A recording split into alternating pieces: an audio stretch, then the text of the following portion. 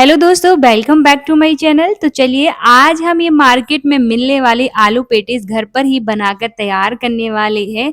बिल्कुल market style में इसको बनाकर तैयार करेंगे और इसकी लेयर्स खुलकर आएंगी।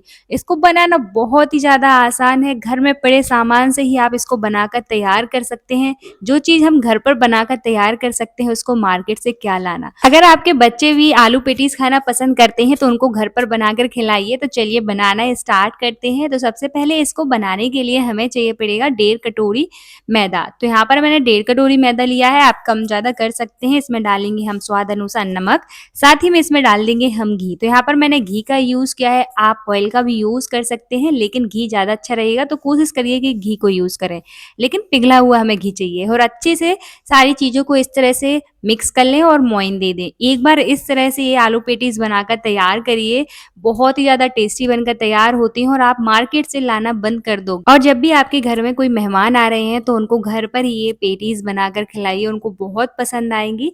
तो देखिए इस तरह से हमें अच्छे से मिक्स कर लेना है घी को मैदा में, ताकि हमें इसमें एक परफेक्ट मोइन चाहिए है। मोइन जितना अच्छा होगा ना उतना ही अच्छी आपकी पेटीज बनकर तैयार होगी।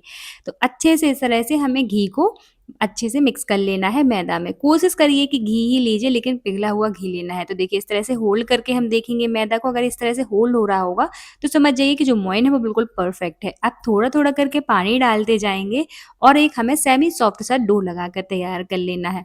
बिल्कुल अगर आप इसी तरह से अपनी पेटीज़ बना रहे हैं तो बिल्कुल मार्केट जैसी बनकर तैयार होंगी। तो वीडियो को एंड तक ज़रूर देखिएगा, तभी जाके आपको ये वीडियो समझ में आएगी। और कमेंट सेक्शन में ज़रूर बताना कि आपको ये रेसिपी कैसी लगी। अगर आपके बच्चे पेटीज़ खाने की जिद कर रहे हैं तो उनको आप घर पर ही ये बनाकर खिला सकते हैं। बिल्कुल बेसिक चीज़ों से बनकर तैयार हो जाती है और बिल्कुल मार्केट जैसी बनकर तैयार होती है। तो चलिए इस तरह से हमें थोड़ा-थोड़ा पानी डालकर एक सेमी सॉफ्ट डो लगाकर तैयार कर लेना है। डो जो है वो हम सेमी सॉफ्ट रखेंगे, ना ही ज़्यादा सॉफ्ट होना चाहिए, ना ही ज़्यादा हार्ड। और सॉफ्ट ज़्यादा नहीं करेंगे, नहीं तो हमें बनाने में भी दिक्कत होगी। तो इस तरह से हमें बढ़िया से थोड़ा-थोड़ा करके हमें पानी डालते जाना है, इस तरह का एक डो लगाकर तैयार कर लेना है। 1.5 कटोरी मैदा से ही हम बहुत सारी आलू पेटीज़ बनाकर तैयार करेंगे। तो देखिए यहाँ पर डो लगकर तैयार हुआ है। अब इसको हम ढककर रख देते हैं 10 मिनट के लिए साइड में। तब तक हम एक स्टफिंग बनाकर तैयार कर लेते हैं। तो लेंगे हम यहाँ पर ऑयल, थोड़ा-सा ऑयल लेना है, जिसमें डालेंगे हम जीरा, साथ ही में सरसों, और इसमें डालेंगे हम साबुत धनिया, और साथ ही में इसमें डालेंगे हम सौंफ। तो ये 2 चीज़ें ज़रूर ऐड करिएगा, साबुत धनिया और सौंफ, इससे बहुत ही ज़्यादा अच्छा टेस्ट आता है। यहाँ पर आप हरी मिर्च को भी डाल सकते हैं, अगर बच्चों के लिए बना रहे हैं तो स्किप कर दीजिए। यहाँ पर मैंने हरी मिर्च नहीं डाली है क्योंकि मैं बच्चों के लिए बना रही हूँ। साथ ही में इसमें डाल देंगे हम उबले हुए आलूओं को इस तरह से मैश करके, साथ ही में कुछ बेसिक मसाले जैसे कि चाट मसाला डालेंगे, गरम मसाला, लाल मिर्च पाउडर, और यहाँ पर हल्दी कलर के लिए, और नमक डाल लेंगे टेस्ट के अकॉर्डिंग। तो ज़रूरी नहीं है कि हमें जो आलू है, उबले हुए आलू, उनको ग्रेट करना है। आप इस तरह से मैश करके भी डाल सकते हैं। इसमें अगर कोई भी लम्स भी है तो भी चलेंगे, कोई दिक्कत नहीं होगी। तो इस तरह से हमें बढ़िया से आलूओं को डाल देना है। तो यहाँ पर मैंने 2 मीडियम साइज़ के आलू लिए थे। यहाँ पर अगर आपने मैदा की क्वांटिटी को बढ़ाया है तो आलू की क्वांटिटी को भी बढ़ा दीजिए। तो इस तरह से हमें एक स्टफिंग बनाकर तैयार कर लेनी है। बहुत ही ज़्यादा टेस्टी स्टफिंग बनकर तैयार हुई हमारी। अगर इसमें छोटे-छोटे लम्स भी हैं आलूओं में तो कोई दिक्कत नहीं है, उससे कोई परेशानी नहीं हमें होगी। आप चाहें तो इसमें ग्रेट करके भी डाल सकते हैं। तो चलिए देखिए कितनी टेस्टी स्टफिंग बनकर तैयार हो गई है। अब हम इसको साइड में रख देते हैं ठंडा होने के लिए। तब तक लेंगे हम घी। तो यहाँ पर मैंने पिघला हुआ घी लेना है, पिघला हुआ घी ही लेना है। उसमें डाल देंगे हम मैदा। तो एक स्लरी बनाकर तैयार करेंगे। तो यहाँ पर घी और मैदा की स्लरी बनाकर तैयार कर लेंगे हम इस तरह से। तो देखिए बिल्कुल बनकर तैयार है। तो चलिए अब हम अपने नाश्ते को बनाना स्टार्ट करते हैं। अब लेंगे हम डो जो हमने लगाकर तैयार किया था मैदा का। तो देखिए डो भी अच्छे से सेट हो गया है, अच्छे से इस तरह से मसल लेंगे। अब बनाएंगे हम छोटे-छोटे पेड़े। तो ज़्यादा बड़े-बड़े पेड़े नहीं बनाने हैं, जैसे हम रोटी बनाने के लिए पेड़े बनाते हैं, बिल्कुल उसी तरह से हम पेड़े बनाएंगे। तो देखिए छोटे-छोटे पेड़े बनाकर इस तरह से आपको बना लेना है। अब इसको हम रोटी की तरह बेलेंगे। तो यहाँ पर मैंने मैदा डस्ट करके बेला है, आप ऑयल लगाकर भी इसको बेल सकते हैं, लेकिन आप इस तरह से मैदा डस्ट करके बेलेंगे तो ईज़िली बेल जाएगी। तो देखिए इस तरह से हमें बिल्कुल रोटी की तरह बेल लेना है, जैसे हम रोटी बनाकर तैयार करते हैं। थिकनेस हम ऐसी रखें जैसे हम रोटी की रखते हैं, ना ही ज़्यादा पतली और ना ही ज़्यादा मोटी। तो इसी तरह की एक ही साइज़ की हमें यहाँ पर 6 रोटियाँ बनाकर तैयार करनी है। तो हम ये जो हमारी पेटीज़ है वो लेयर्स वाली तभी बनकर तैयार होंगी अगर इस तरह से अगर आप बनाते हैं तो।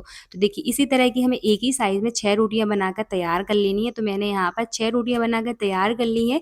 अब एक जो हमने रोटी है रखी है नीचे, इस पे लगाएँगे हम स्लरी, जो हमने घी और मैदा की स्लरी बनाकर तैयार करी थी। तो इस तरह से हम बढ़िया से लगा देंगे।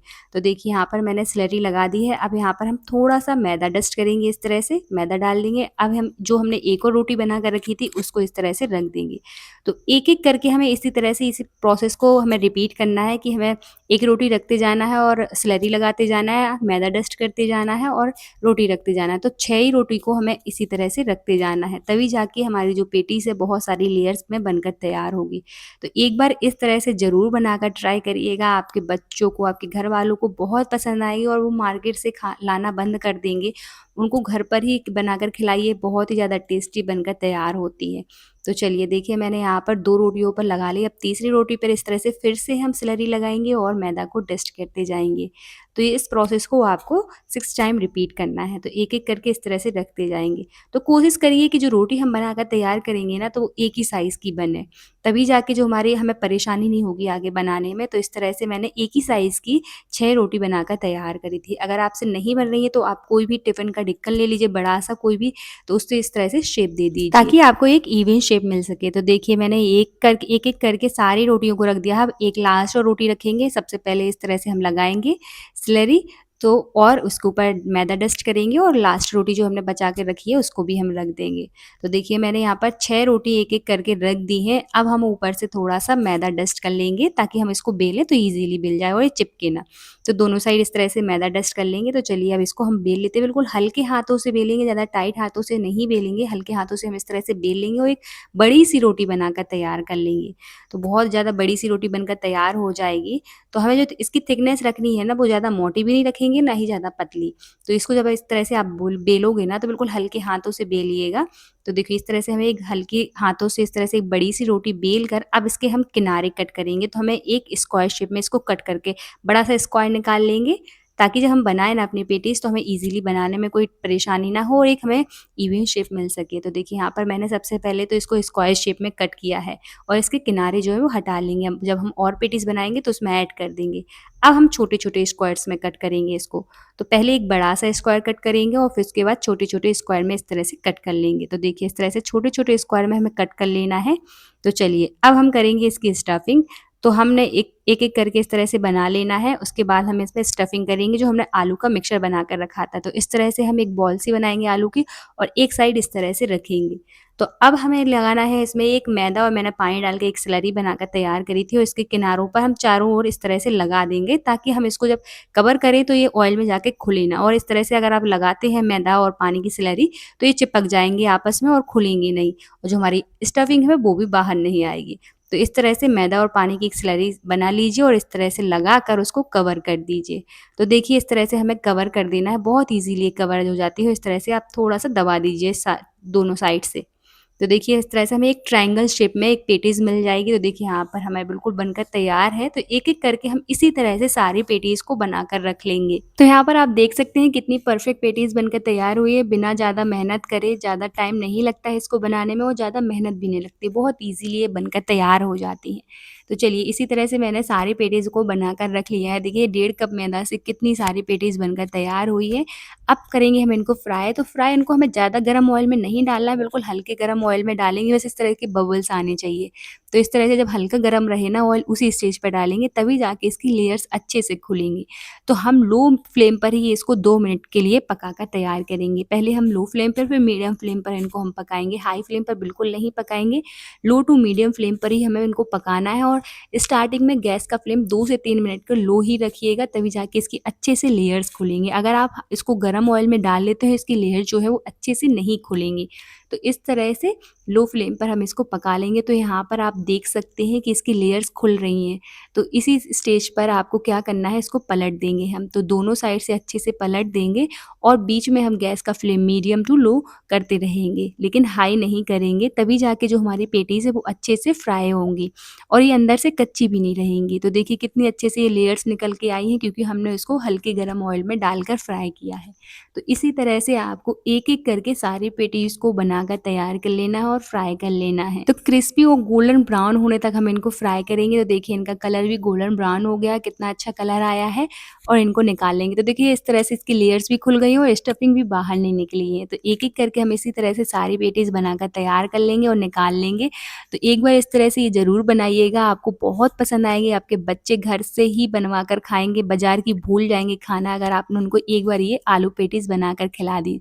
तो ज़रूर बनाइएगा और कमेंट सेक्शन में ज़रूर बताना कि किस-किस को ये पैटीज़ बहुत पसंद है और वीडियो को लाइक और चैनल को सब्सक्राइब करना ना भूलें। तो चलिए अब मिलते हैं नेक्स्ट वीडियो में। Thank you for watching.